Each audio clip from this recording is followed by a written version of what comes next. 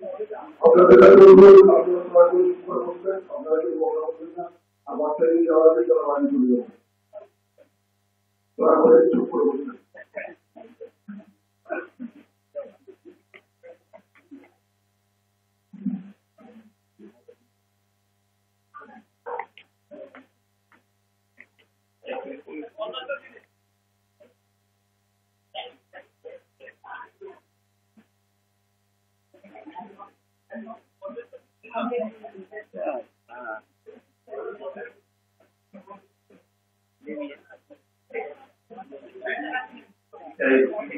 बोल रहे थे हाँ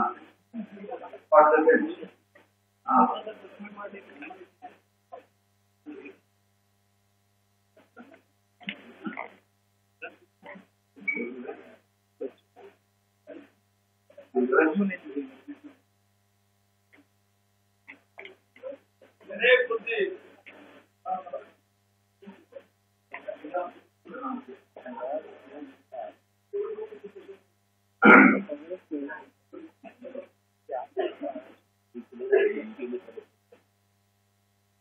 इस सभा के अध्यक्ष तिलक गंगुली जो हमारे वेस्ट बंगाल जनता पार्टी के अध्यक्ष हैं, उपस्थित प्रभुदास, उपस्थित उत्पल शाह, उपस्थित माननीय तपन घोष, अखिल भारतीय जनता पार्टी के महामंत्री शेट्टी और नव मनोनीत ऑल इंडिया सेक्रेटरी जनता पार्टी के बातों बुजुर्ग,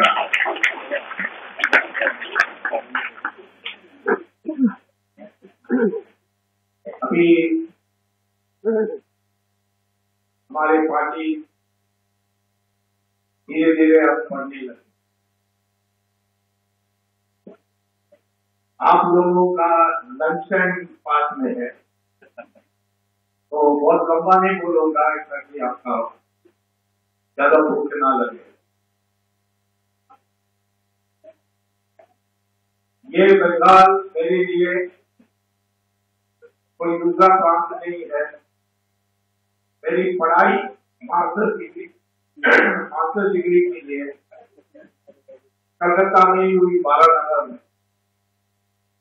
तो 2 साल में एमए किया था, तो हम कलकत्ता से और बंगाल से परिचित हैं। और आज मैं आया हूँ तो हमें इस बात से हर्ष है कि अब कम्युनिस्ट का सरकार यहाँ नहीं है, खाली हो गया, कम्युनिस्ट चले गए। और इसके लिए कम से कम इस बात के लिए हम ममता बनर्जी को बधाई देता हूँ कि आपने कम्युनिस्टों को बंगाल से उतार दिया सरकार से।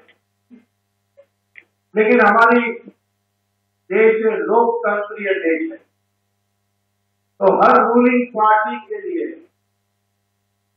एक विपक्ष की पार्टी की भी आवश्यकता होती। तो ममता बनर्जी का विपक्ष में कौन खड़ा होगा, ये सवाल आज है। कम्युनिस्ट तो नहीं कर सकते, उनका सब जगह फेल हो गया। सोवियत यूनियन इतनी बड़ी देश थी, आज 16 टुकड़ा में हो गया। चाइना ने मार्क्सिस्ट इकोनॉमिक्स को बिल्कुल छोड़ दिया। हमारे यहाँ जो कम्युनिस्ट विचार के अर्थशास्त्री थे जैसे अमर्त्य सेन, वो देश छोड़ के मर गए, वो अमेरिका चले गए। तो आज तो हमारे देश में लोकतंत्र में एक विपक्ष पार्टी बंगाल में चाहिए या विपक्ष गठबंधन चाहिए। इसके लिए जनता पार्टी और जो अन्य सहविचारों की पार्टी है उसको इकट्ठा होने की आवश्यकता है। उसमें बीजेपी भी साथ आए, उसमें जेडीयू भी साथ आए, उसमें अकाली दल साथ आए, शिवसेना साथ आए, जो भी राष्ट्रवादी विचार के हैं वो सब साथ आए। मैं चाहता हूँ कि तपन घोष भी साथ आए, यदि जब उनके मन तैयार हो जाए जाएगी। तो ऐसे हम जोड़ करके एक विपक्ष पार्टी बनाने के लिए हमें प्रयास करनी चाहिए। इसके लिए हमारा वचन है कि बंगाल में हम जनता पार्टी को आज से डेवलप करने के लिए एक निर्णय लिया है। इसमें इसकी शुरुआत कांग्रेस पार्टी की हालत इतनी खराब है कि उनके नेता इंडिया में है या बाहर है किसी को पता नहीं। नेता माने कौन? प्रधानमंत्री नहीं है। नेता माने सोनिया गांधी। सोनिया गांधी पिछले अगस्त से आज जून की शुरुआत हुई है। इतने दिनों में, 8-9 महीने में वो 6 महीने विदेश में रही है।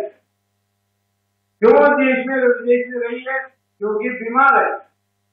ये बताने में उनको क्यों डर होता है? कोई बीमार हो जाए तो उसमें बताने में क्या प्रॉब्लम? उसको छिपा के इंडिया में उसका इलाज नहीं होता है।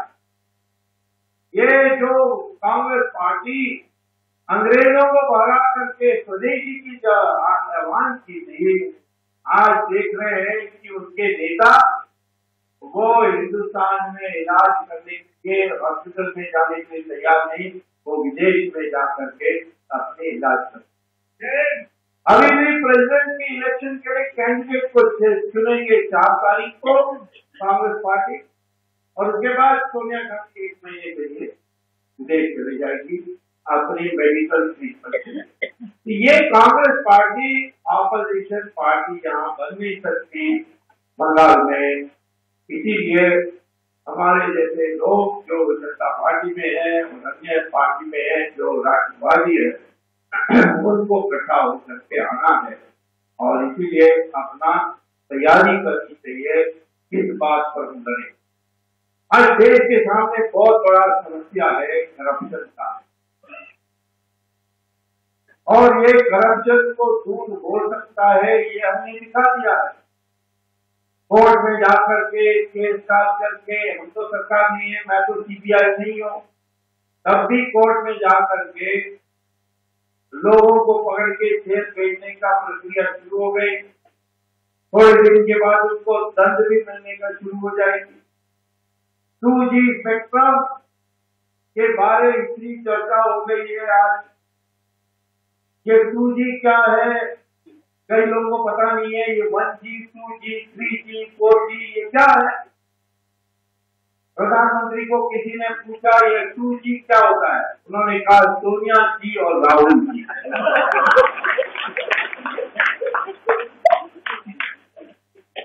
जब कॉर्डलेस फोन आया उसको हम 1G कहते थे।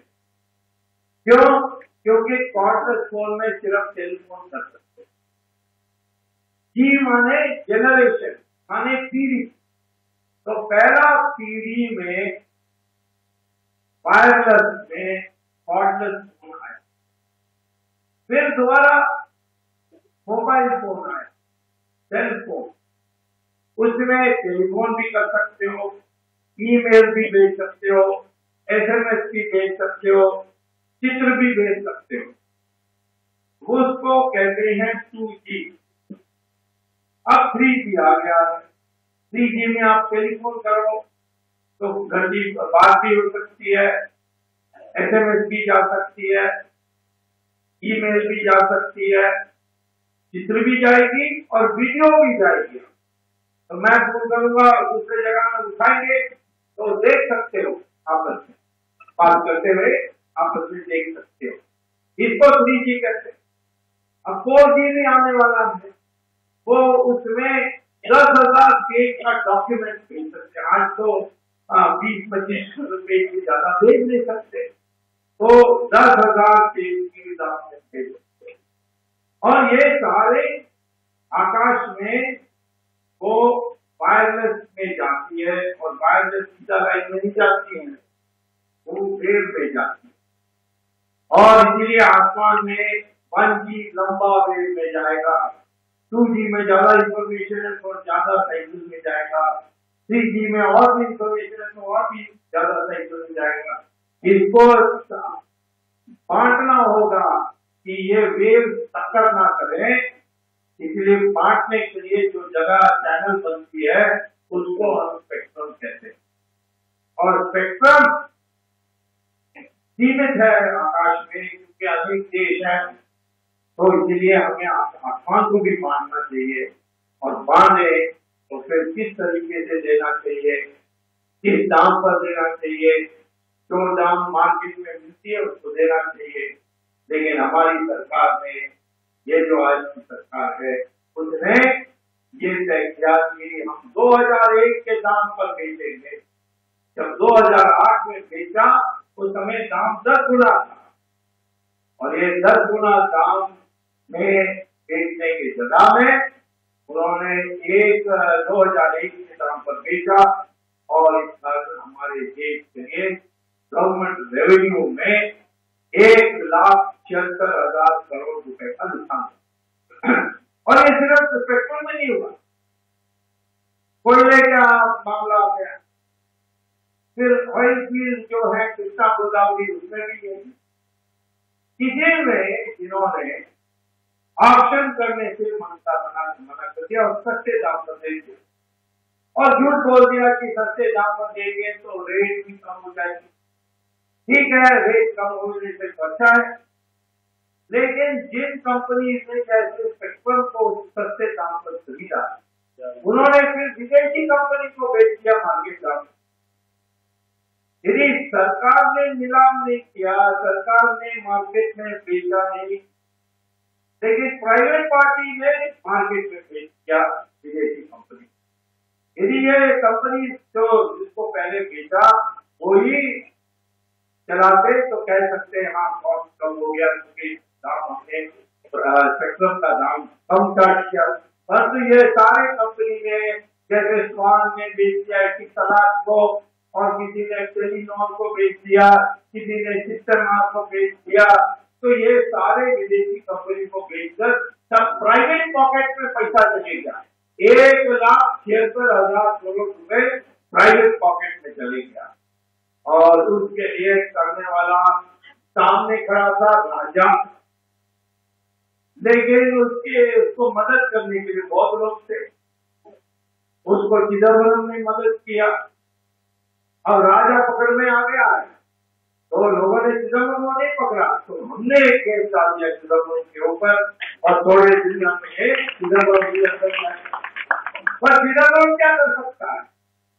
उसके ऊपर बैठी है सोनिया गांधी, तो सोनिया गांधी को सबसे ज्यादा पैसा मिला।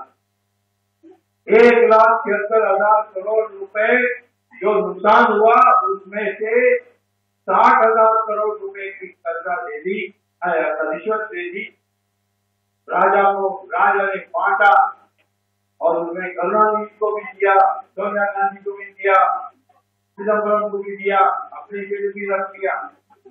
मनमोहन सिंह को कुछ नहीं मिला, और जो प्रधानमंत्री था वो रोक सकता था, और दूसरे रोका नहीं। तो लोग कहते हैं कि प्रधानमंत्री को भी ऊपर केस करनी चाहिए। मैंने कहा प्रधानमंत्री के ऊपर क्यों केस करना चाहिए? क्योंकि उसने अपराध को रोका नहीं, जैसे कोयले में नहीं रोका, तो इसीलिए इनको रोका नहीं चाहिए। वो प्रधानमंत्री को कभी पकड़ेंगे, अभी नहीं। अभी हम उसके ऊपर केस डालेंगे तो उसको रिजाइन करना पड़ेगा। रिजाइन करेगा तो कौन आएगा उसके जगह में? राहुल गांधी, जिसका नाम मैंने बुद्धू रखा है, क्योंकि वो बुद्धू है। कोई एग्जाम पास नहीं किया उसने, और वो दर्द लेता है, और उसको पता ही नहीं होता है क्या क्या है। एक बार यूपी में गया और वहां डॉक्टर प्रेस को कहा कि मैंने लाशों की बॉडी, डेड बॉडी की माउंटेन देख के आया हूँ। बाद में प्रेस वालों ने वहां जाकर देखा तो ये गोबर का माउंटेन था। अब ऐसा बुद्धू को प्राइम मिनिस्टर बनाना है, इसलिए अभी मनमोहन सिंह को रहने दो। लोग कहते हैं कि मनमोहन सिंह प्रधानमंत्री के पद में बैठ गए, क्यों नहीं? एक्शन लेता, इतनी पावर है। मैं आपको पूछता हूँ, सर्कस में जाओ तो सर्कस में 5 लायन को क्या कहते हैं, सिंह, 5 सिंह होगा और वो अंदर बैठे होंगे पिंजरे के अंदर। एक दुबला पतला रिंग मास्टर जाएगा और हुक्म देगा, ऊपर चढ़ो मेज पर। एक एक सिंह जो है वो चढ़ जाएगा। एक एक सिंह के पास इतनी पावर है कि पंजे से मारे उस रिंग मास्टर को मर जाएगा, दांत में काटेगा तो मर जाएगा, लेकिन वो आज्ञा मानकर ऊपर चढ़ता है। क्यों? क्योंकि सर्कस में जो लायन का बच्चा है, जो सिंह का बच्चा है, उसको बचपन से ही सिखाते हैं कि आज्ञा मानना चाहिए, और इसीलिए बड़े होने के बाद उसकी दिमाग काम नहीं करती है, मेरे पास इतनी पावर है। तो हमारे मनमोहन सिंह भी सर्कस का चीज है और रिंग मास्टर है सोनिया गांधी। क्या करेगा? समझता मैं क्या करूं, सब एशियन का सपा। भीष्माचार्य ने भी द्रौपदी का साड़ी का और वस्त्रहरण देख के रह गया, तो मैं क्या करूं, मैं विवश हूं। तो मनमोहन सिंह की बारी आएगी अभी बड़े उस्तादों को पकड़ना है, इसको बाद में कभी पकड़ा जाता है। इसीलिए हम लोगों को दिमाग बिल्कुल साफ होना चाहिए। ये सोनिया गांधी आजकल पीछे से करती है कि मनमोहन सिंह ने किया, क्योंकि वो चले जाए संविधान को ला सकते हैं, वो भी प्रेसिडेंशियल इलेक्शन के पहले वो करने चाहते हैं। क्यों प्रेसिडेंशियल इलेक्शन के पहले? क्योंकि प्रतिभा पाटिल डबल स्टैंड है, वो कुछ भी कोई भी सोनिया गांधी के को कर देगी। 2004 में सोनिया गांधी प्रधानमंत्री बनने चाहती थी, किसने रोका? अब्दुल कलाम ने रोका। APJ अब्दुल कलाम ने सोनिया गांधी को प्रधानमंत्री नहीं बनने दिया। क्यों नहीं बनने दिया?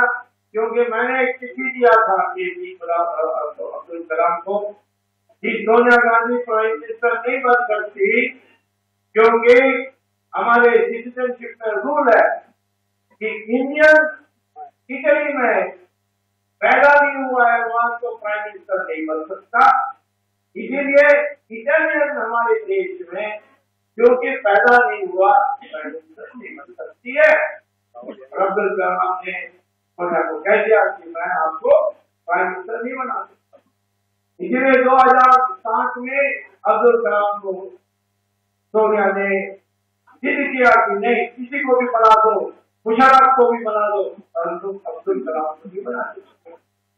लेकिन इस बार हम काम कर रहे हैं, चुपी काम कर रहे हैं, अब्दुल कलाम को दोबारा देश का प्राइम मिनिस्टर। ये जानती है सोनिया, इसीलिए जल्दी कर रही है। अब कोई दिन आ गया तो प्राइम मिनिस्टर ने क्या, प्राइम मिनिस्टर ने क्या, प्राइम मिनिस्टर क्या किया, देखते रह गया और कुछ नहीं किया। उसके पॉकेट में कोई पैसा नहीं किया, सारा पैसा सोनिया गांधी के पास।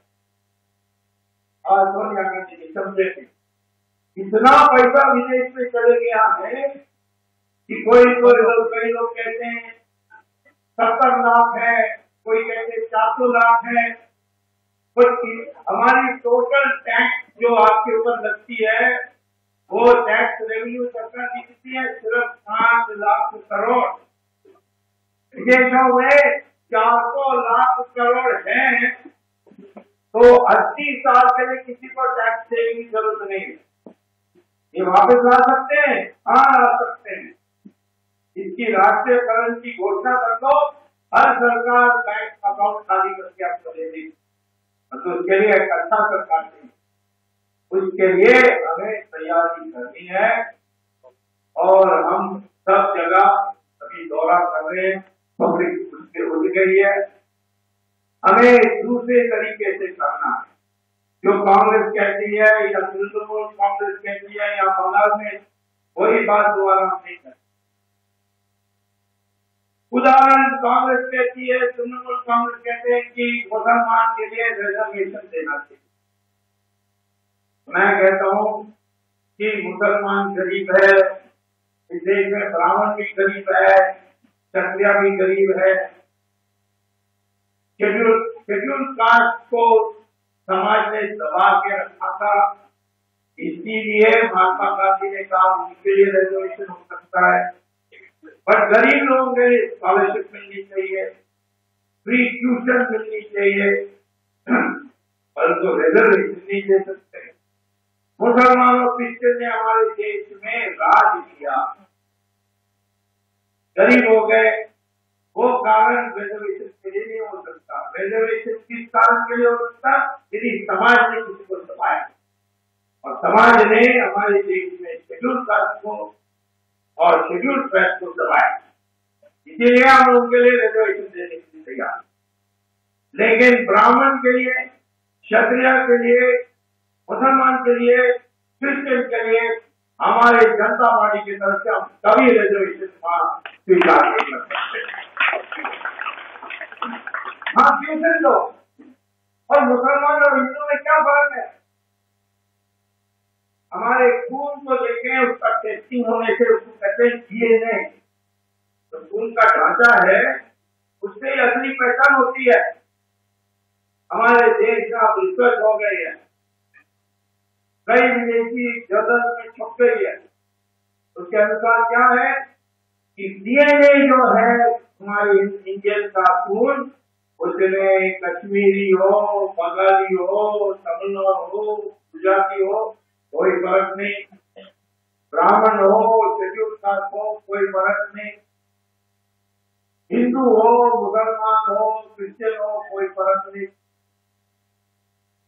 राज ठाकरे हो या उत्तर प्रदेश का टैक्सी ड्राइवर हो, उसमें भी कोई फर्क नहीं। हम सब लोग एक हैं। ये अंग्रेजों ने हमारा दिमाग खराब करके कह दिया हम आर्यन है, द्रविडियन है। इसीलिए हिंदू इस देश में है, मुसलमान उसके पूर्वज भी हिंदू थे, वो हमारे परिवार का हिस्सा है। हम तो मुसलमान के लिए स्पेशल चापूसी करके उनकी वोट लेने की पॉलिटिक्स नहीं करेंगे। हम कहेंगे तो हमारे परिवार के साथ सो जाओ, तो हम दोनों एक हैं। जो विदेशी हमारे ऊपर आक्रमण करेगा, दोनों मिलकर के सामने करेंगे। हम आपको अलग नहीं समझते हैं, हम सही समझते हैं कि आपका धर्म, आप भगवान को पूजा करते हो, हम हिंदू को पूजा करते हैं, इतना ही फर्क है। तो आपको भी छूट है, हमारे लिए भी छूट है। ये हमारे देश की संस्कृति। हम नहीं ये कहते कि सऊदी अरेबिया में हिंदुओं को वहाँ जो कर्मचारी है उनको दिवाली मनाने नहीं देते, मंदिर नहीं बनाने देते, उनको सत्यनारायण पूजा घर के अंदर करने नहीं देते, इसीलिए हम भी ऐसा करेंगे? नहीं, हम तो दूसरा देश, लोकतांत्रिक देश है। इस देश में सबको अधिकार है भगवान की पूजा अपने रास्ते से करें।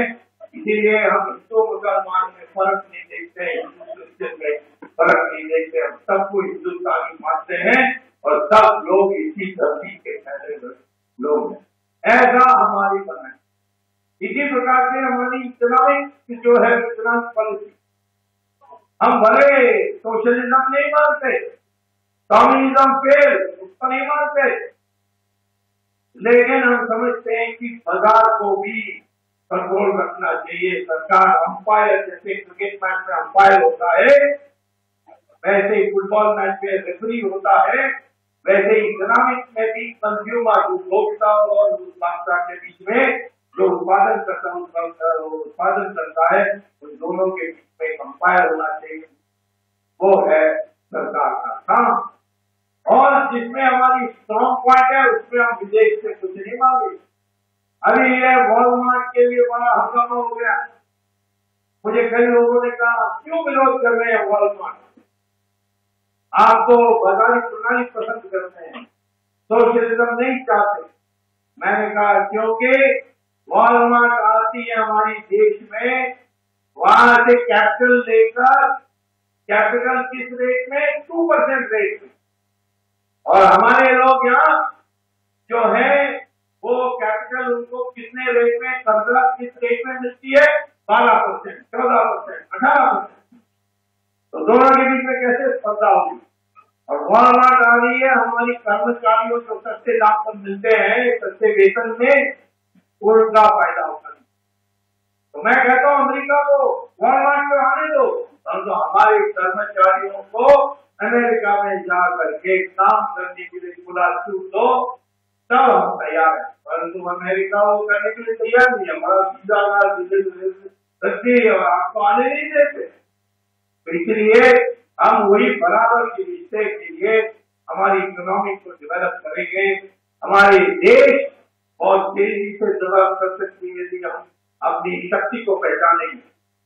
कृषि में आज किसान लोग आत्महत्या कर रहे हैं, लेकिन हमारे देश के पास इतनी क्षमता है, 12 महीने हम देश में कृषि कर सकते हैं। अमेरिका में 5 महीने इतनी बर्फ गिरती है हिम कि कृषि नहीं कर सकते, यूरोप में भी नहीं, चाइना में 3 महीने के लिए नहीं कर सकते, और हमारे देश में 12 महीने कर सकते हैं। फिर भी हमारे जमीन में एक से ज्यादा फसल सिर्फ 25% जमीन पर बोया जाता है। इतनी जमीन का हम 3 गुना प्रोडक्शन कर सकते हैं। तीन मौसम के लिए 3 अलग अलग फसल बोने से ट्रिपल हो जाएगी प्रोडक्शन। और आज हमारे एग्रीकल्चर प्रोडक्शन इतनी सस्ता है, जो चावल हम देते हैं, प्रोड्यूस करते हैं, उसका दाम साउथ अमेरिका में 7 टाइम्स इंडिया का, 7 गुना, 9 गुना जापान। तो हमारी कृषि के जो किसान है उनको एक्सपोर्ट करने के लिए पावर देंगे तो वो कमाएंगे और उस पैसा को लगा करके और प्रोडक्शन करेंगे।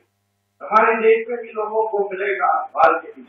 हमारे देश में जो दूध पैदा होती है उसका दाम यूरोप में 15 गुना ज्यादा है। कोल्ड स्टोरेज बना करके दूध को यूरोप भेजनी चाहिए। हमारे पास 15 करोड़ गाय है और इनको सही खाना दे करके हम उनका दूध लेंगे तो हम दुनिया को दूध पिला सकते हैं। और यहाँ लगभग दूध फ्री हो सकती है, इतनी शक्ति है हमारे देश में। कोई चीज की कमी नहीं है हमारे देश में, सिर्फ नेतृत्व की कमी है। और इसीलिए आज नया नेतृत्व पैदा करने के लिए हम लोग इकट्ठा हुए हैं। और मैं आपसे यही कहूंगा कि अब जनता पार्टी की वक्त आ गई है। इतने दिन हमें जैसे रामचंद्र जी वनवास में गए वैसे भी हमें भी वनवास में रहना पड़ा, लेकिन अब शक्ति को जूझ के हम अपने देश के लिए एक नवीन एक रास्ता तैयार करने के लिए सबको तैयार होना चाहिए।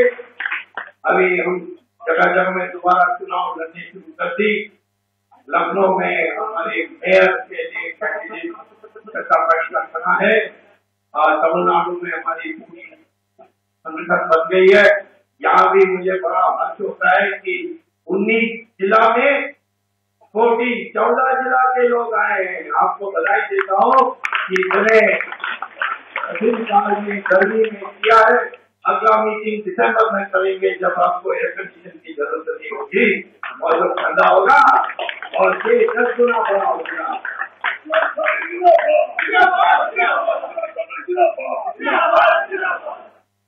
तो दोस्तों मैं आपसे ये कहूंगा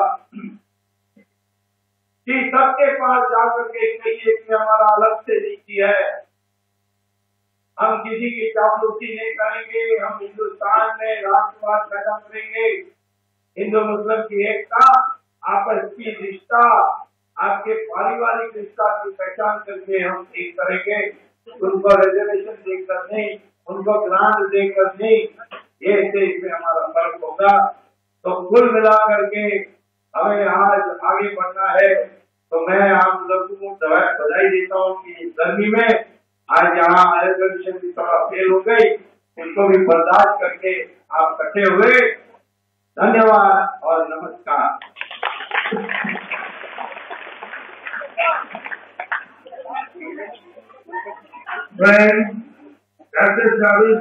আপনারা সকলে শুনলেন আমাদের সম্মেলনের